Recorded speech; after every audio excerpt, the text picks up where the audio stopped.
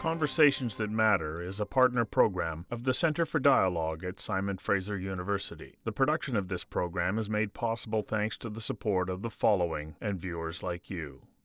So welcome. When it comes to the production of energy, how much is being created globally right now? We have approximately 5,600 gigawatts of generating capacity on a global scale.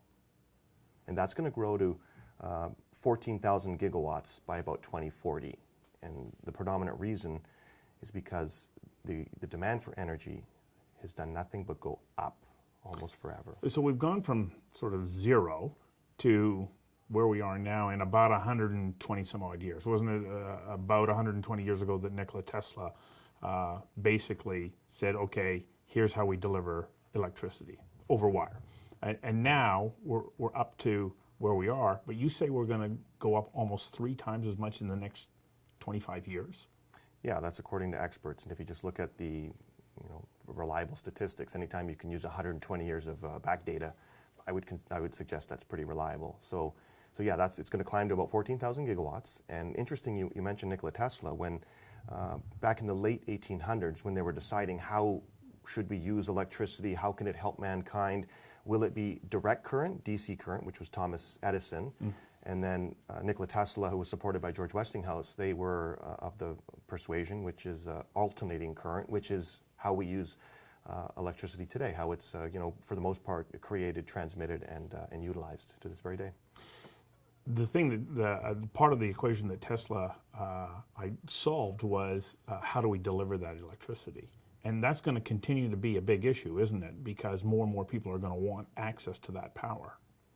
That's correct. I think that we've seen how when nations modernize, it's done through a myriad of things, but the backbone, and I call it the umbilical cord of human progress, is energy. So everyone, whether you're just a citizen, whether you're an environmentalist, whether you're an investor, it's important to understand energy in all its forms, how we create it, how we transmit it, and how we utilize it, and more importantly, how's that going to change going forward? What does modern energy actually mean? What does green energy actually mean? If you decarbonize our energy in those forms, the way you create, transmit, and utilize, what does that mean? And if you look at it like a solutionist, or as I call it, like an algebraist, if you have the fat man of fossil fuels, if you want to take, for every 1 unit of energy you take away from fossil fuels, what is replacing it? And what does it take to make that possible? Very important to understand those things. Well, right now we have quite a potpourri of sources of electrical generation. We've got coal, we've got oil, we've got natural gas, we've got hydro, we've got wind, we've got solar, and so on. As you pointed out, we're moving away from the more carbon-intensive forms of electrical generation to cleaner energy.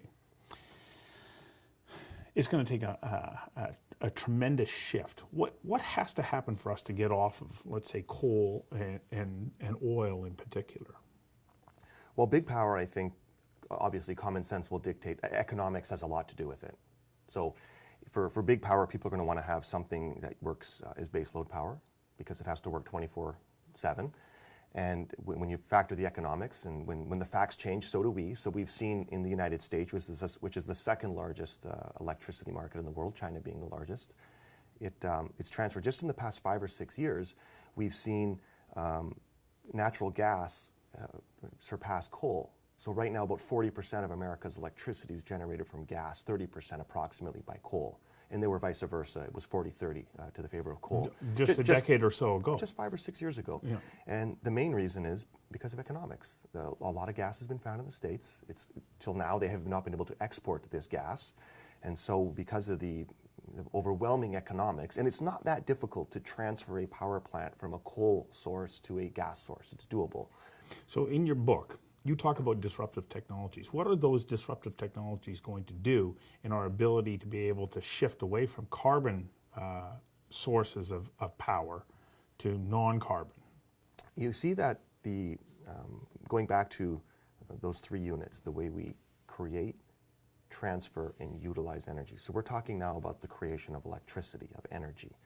And that's changing, number one, because of the will. So if you look at the the largest electricity jurisdiction in the world, which is China, right now has a generating capacity of 1,360 gigawatts approximately. It keeps increasing.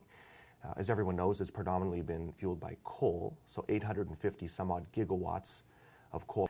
And this is changing in the next 5 years, according to China's 5-year plans.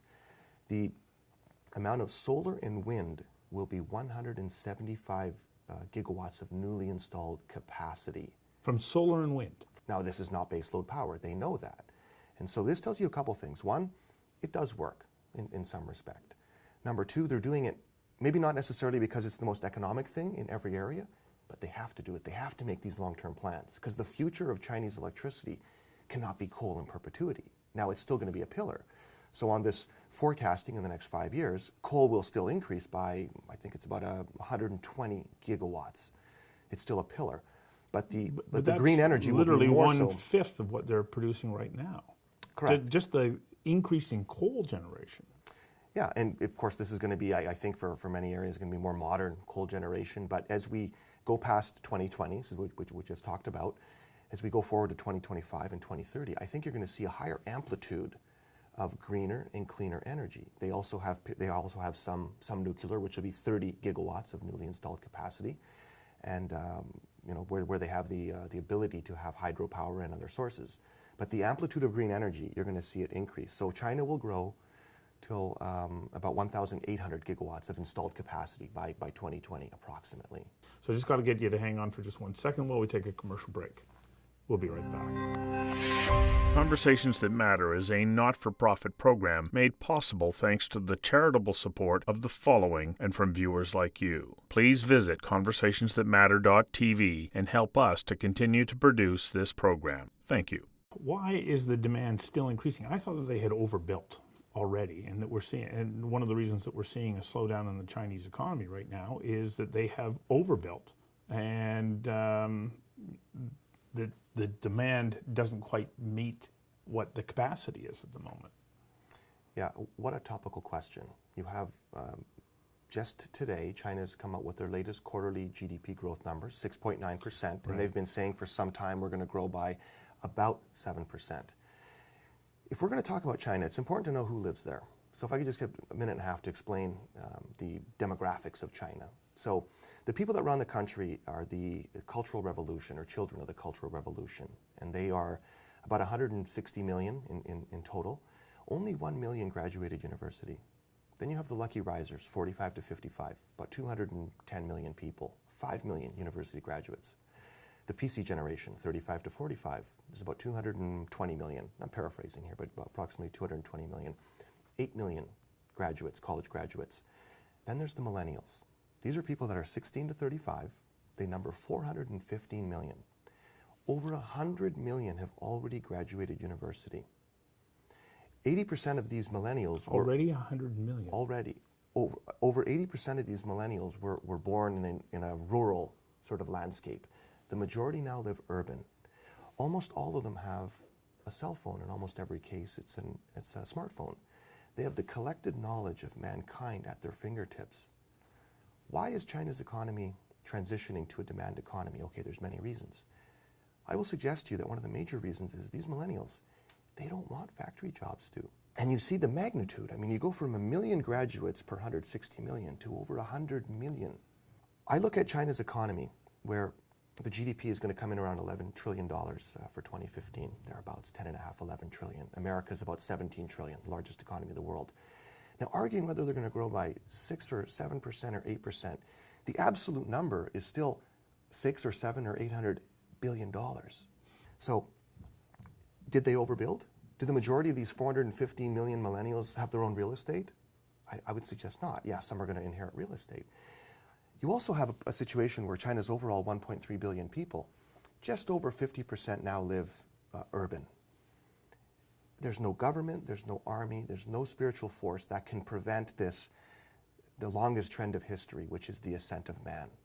Yes, they need the power. They're installing this extra 500, 600, 700 gigawatts of electrical capacity because they must install this capacity. We argue about pipelines here in Canada for the transportation of oil. If there's going to be such an increase in capacity on the generation of electricity. What's the pipeline of the future then? We talk about transfer of energy. There's only three ways you can transfer energy. You can do it through a pipeline, which we do gas and oil. You can do it through, when you don't want a pipeline, they use railroads. The third way to move energy, which is the future of all energy transfer, is through an electrical cable.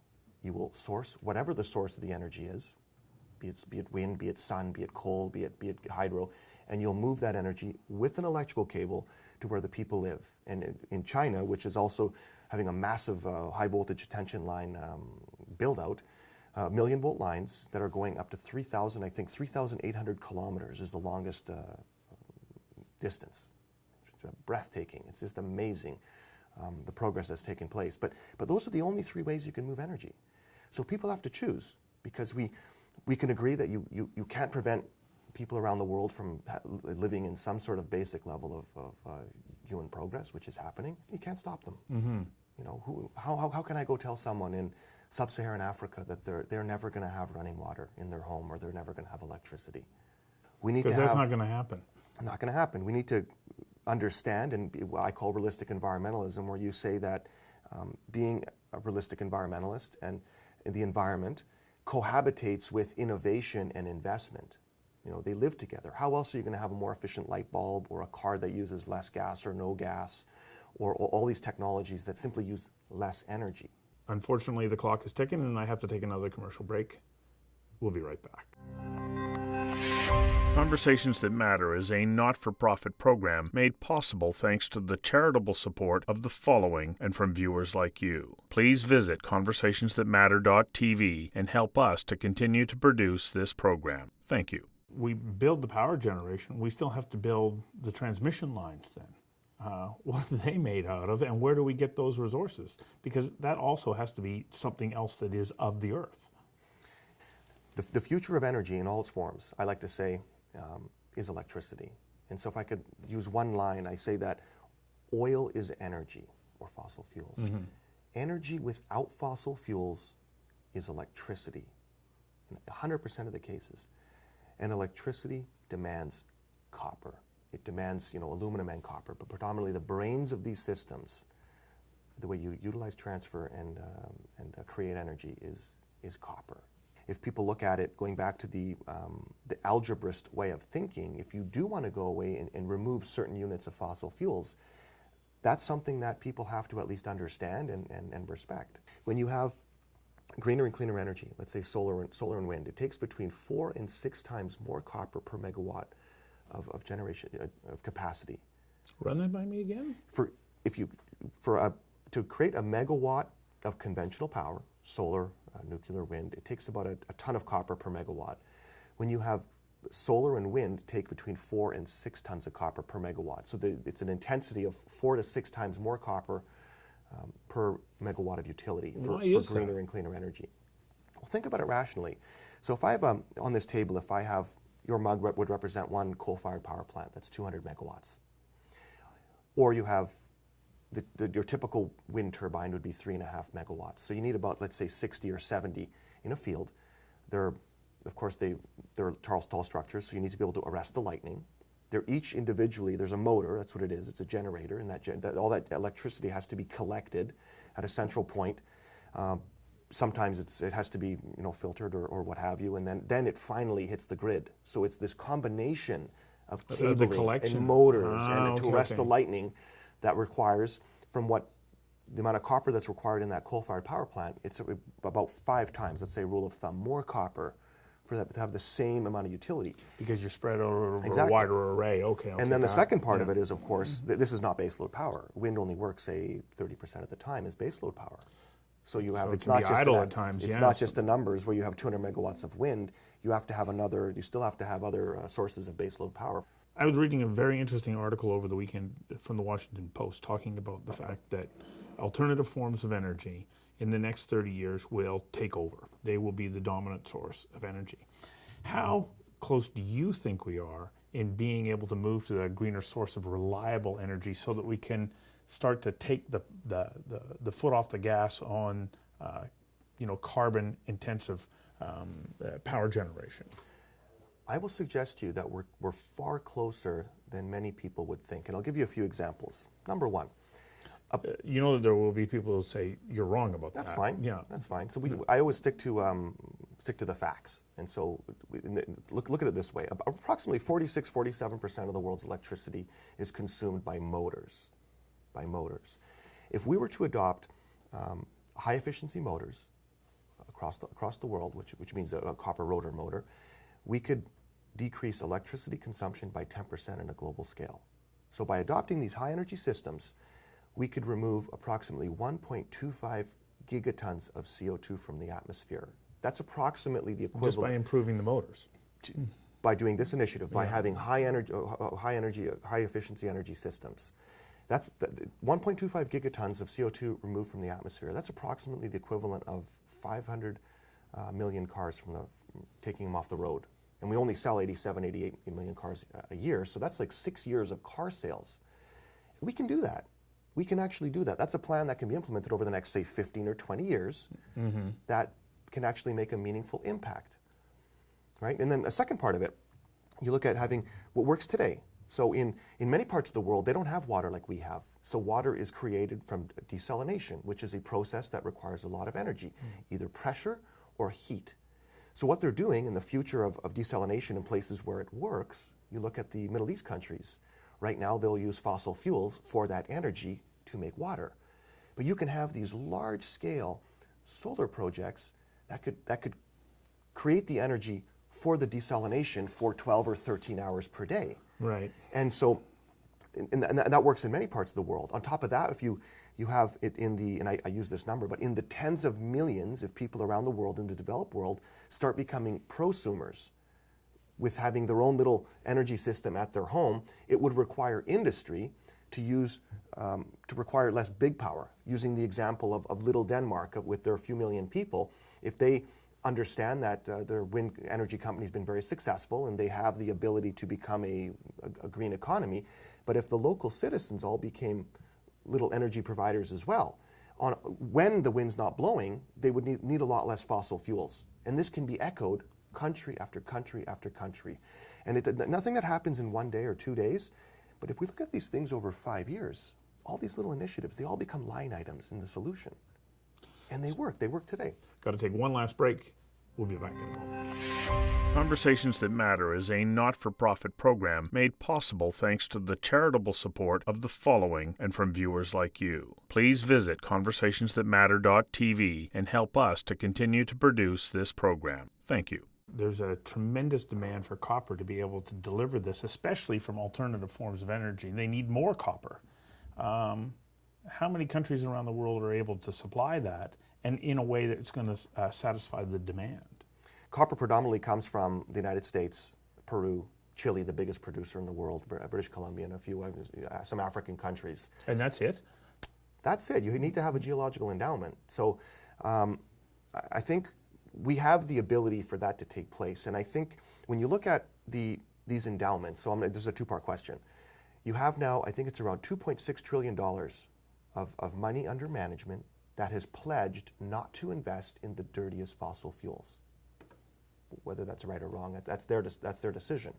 And so they will support, according to this pledge, things that are going to help the environment, greener sources of energy. And I would think another one of the initiatives that they should look at is sort of a best-in-class sort of the copper industry. And if they don't want to invest in copper mining specifically, they can invest in things like companies that enhance copper motors or motors that have a copper rotor. So a motor has a stator, which is usually copper. It's the rotor that's an alloy and not copper. The only way to make it more efficient is by having more copper in the motor.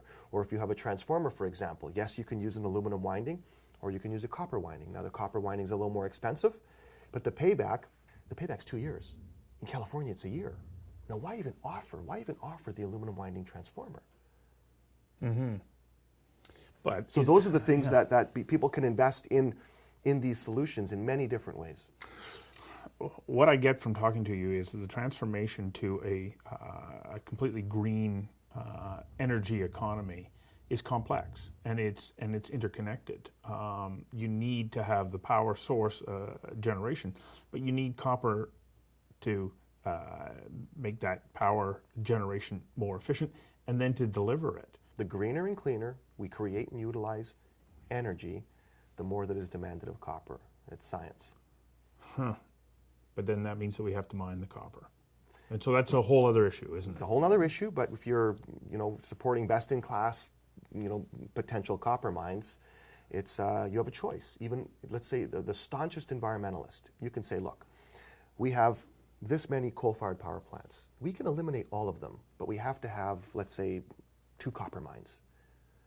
And if you look at, they always talk about disturbance and land disturbance. So let me give you a couple examples. In 1900, approximately, I think it's around 2 or 3% of Great Britain's landmass was forests. Today it's around 12 or 13%. What saved the forests of Great Britain? Coal. Coal, exactly. So it seems bizarre to say that. It seems bizarre to say, but it's that technology, because then we stopped cutting trees down. So if you look at places like, I'll give you one example in Panama, where there's a copper mine that's being developed now, and people are going to be on both sides of that equation, and they're going to say it's not relevant. But the deforestation that happened in central Panama, in and around this project, was from local farmers. They would cut down acres and acres of forests every year because they would cook with it 3 times a day. And they would, clearing these trees, they would grow a little bit of corn for subsistence living and maybe raise a little bit of cattle. But when you add it against hundreds, if not thousands of farmers, I mean, this is not sustainable. If you have an engine in the community, which is one, best-in-class copper mine, which can support the entire community, teach people how to have better agricultural practices, which means they feed those products to the people working at the operation.